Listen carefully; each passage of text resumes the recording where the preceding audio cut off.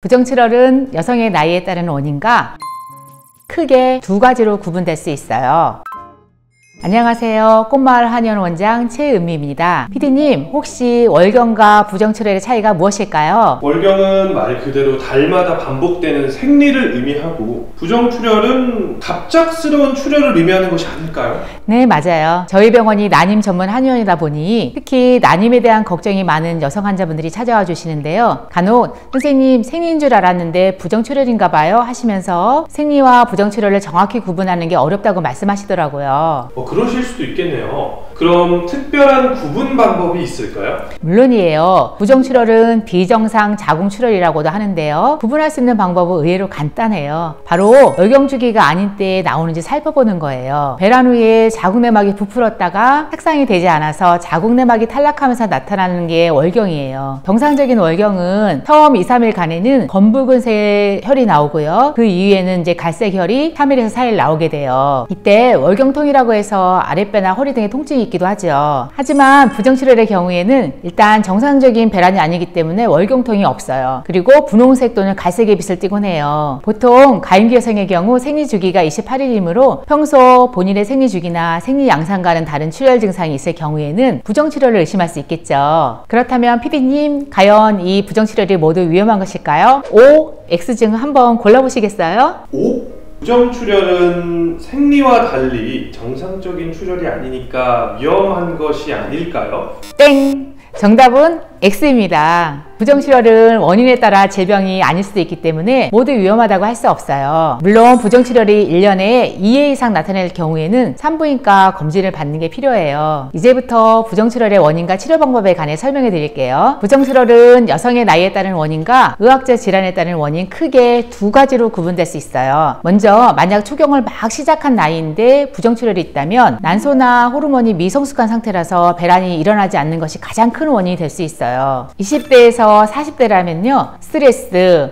또 무리한 다이어트, 수면 부족 등으로 인해서 일시적인 호르몬 불균형 때문에 부정출혈이 가장 비만하게 발생할 수 있고요. 하지만 성생활을 꾸준히 하는 가임기 여성의 경우에 부정출혈은 임신의 징조인 착상혈일 수도 있어요. 또 임신기간 중에 부정출혈이 있으면 유산이나 자궁의 임신일 수도 있기 때문에 병원에서 진료를 받아보시는 것을 추천해드려요. 폐경 이후 1-2년 뒤에 부정출혈이 나타난다면 자궁내막암이나 자궁경부암일 가능성이 다른 연령대보다 매우 크기 때문에 꼭 병원에서 진료 및 검사를 받아보시길 바랍니다. 특히 폐경일 경우에 본인이 해춘한 것이라고 오해해서 방치하는 경우도 있으신데요. 폐경 이후의 부정출혈은 회춘도 일시적인 호르몬제도 아니에요. 꼭 산부인과에서 질병 유무를 확인해 보셔야 해요. 두 번째로는 질환으로 인한 부정출혈이 있을 수 있는데요. 먼저 자궁 및 생식기에 해부학적 이상으로 부정출혈이 있을 수 있어요. 일반적으로 성관계 후에 피비침이 있을 경우에는 자궁내막의 용종일 확률이 높아요. 다음으로 호르몬 이상일 때에도 부정출혈이 있을 수 있는데, 앞서 스트레스나 수면 부족 등으로 인한 일시적인 호르몬 불균형이 아닌 다낭성 난소 증후군과 같은 여성 호르몬 이상, 갑상선 호르몬, 유주 분비 호르몬 이상일 때에도 부정출혈이 있을 수 있어요. 급작스럽게 체중 변화가 있을 경우에도 부정출혈이 있을 수 있는데, 특히 다낭성 난소 증후군이라면 체중을 줄이는 것만으로도 부정출혈 예방에 큰 도움이 될 수 있어요. 임신을 준비하는 분들이라면 부정출혈이 있을 때 자궁내막 증식증 증상이 있는지 잘 확인해 봐야 하는데요. 자궁내막 증식증은 말 그대로 자궁내막이 가다하게 증식하면서 두꺼워지는 질환을 의미하는데요. 별다른 통증은 없지만 부정출혈이 생기거나 생리량의 이상이 있고 월경주기가 불규칙해질 경우 자궁내막 증식증을 의심해야 하는데요. 명확한 원인은 밝혀지지 않았지만 스트레스나 피로 등이 원인으로 지목되고 있는 질환이에요. 다낭성 난소 증후군이 있는 경우에도 배란이 되지 않아서 생기기도 해요. 보통 산부인과에 방문하시면 호르몬 치료나 소파수를 권유받는데 치료에도 재발하는 경우가 많아요. 또 이런 치료는 일시적으로는 증상이 호전을 보이지만 단기적으로는 호르몬 분비 기능의 약화나 자궁내막 손상과 유착 등을 일으킬 수 있어서 주의가 필요해요. 자궁내막 증식증은 배란장애로 난임의 원인이 될 수 있고, 또 자궁내막암으로 진행될 위험이 있을 수도 있기 때문에 원인을 파악해서 빨리 치료하는 것이 중요합니다. 저희 꽃마을 한의원에서는 기본적으로 어혈을 풀어주고 골반의 혈액순환을 원활하게 하는 치료를 하고요. 다낭성 난소 증후군으로 인한 경우에는 배란이 규칙적으로 일어나도록 몸의 균형을 맞춰서 난소 기능을 회복하는 맞춤 치료를 하고 있습니다. 오늘 영상 어떠셨나요? 정리하자면 월경과 부정출혈은 생리 주기와 통증을 고려해 구분할 수 있고요. 크게 여성의 나이와 의학적 질환으로 부정출혈의 원인을 나눌 수 있어요. 일반적으로 스트레스나 수면 부족 등으로 일시적인 호르몬 이상 때문에 부정출혈이 나타날 수 있지만 착상혈이거나 유산, 자궁 임신 때문일 수도 있어서 병원에서 진료받는 것을 추천해드려요. 또한 폐경 이후에 부정출혈이 있다면 자궁 내막암이나 자궁 경부암일 수도 있어서 반드시 치료가 필요하고요. 난임의 원인이 되는 자궁 내막 증식증의 경우에도 부정출혈이 발생하는 원인이 될 수 있기 때문에 어혈을 풀거나 골반의 혈액순환을 원활히 하는 치료를 받아보시길 바랍니다. 오늘 부정출혈의 A부터 Z까지 배울 수 있었던 것 같아요. 감사합니다. 이번 시간을 통해서 시청자분들도 부정출혈에 대해서 잘 배워가시길 바랍니다. 앞으로도 임신과 출산에 대한 다양하고 유익한 정보를 알려드릴 테니 좋아요, 구독, 알림 설정까지 모두 부탁드리겠습니다. 궁금한 건 댓글로 문의 부탁드릴게요.